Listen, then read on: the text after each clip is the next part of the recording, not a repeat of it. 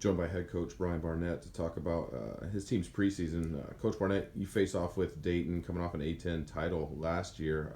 What do you expect from the competition, and what do you expect from your team tomorrow?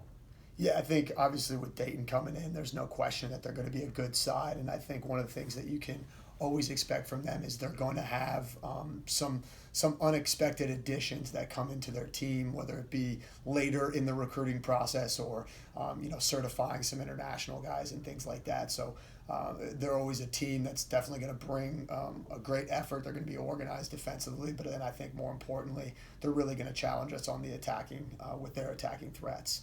And so I'm excited to have our team tested again by a conference champion from last year. That's huge for us as we continue to prepare for the upcoming season. In terms of our team, I couldn't be happier with the way preseason has progressed. We've kept everybody very healthy. We've kept everybody very fit. In particular, everyone that was available to run our fitness test was able to pass it.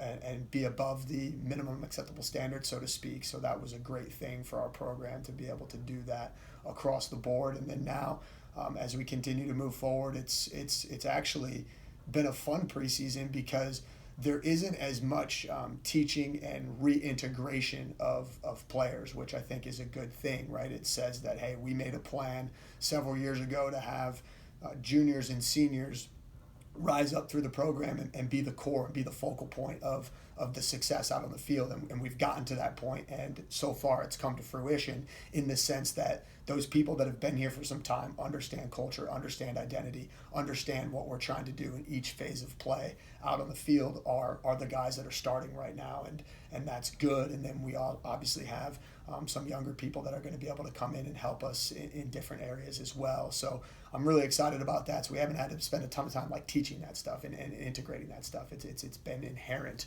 for the group, and now we can almost just move forward straight into a performance mindset of saying, let's have our best group of people ready to compete on game day, and hopefully we have the opportunity to execute and perform at the level we need to. From a personnel standpoint, who are some guys that kind of stand out with their play thus far in the preseason?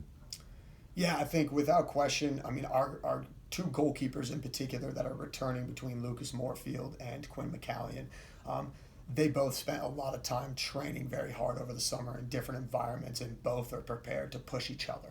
Both are prepared to make each other better as the season goes on. So I've been super impressed by that.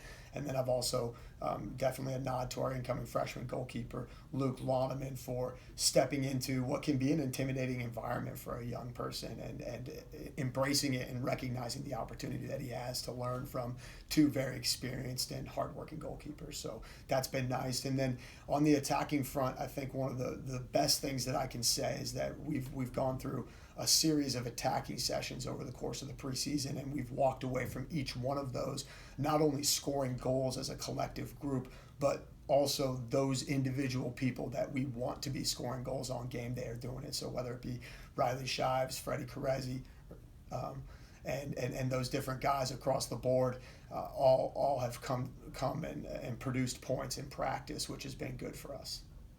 Lastly, so this is your first time to get to knock it around as a team. You're coming off about a week of training.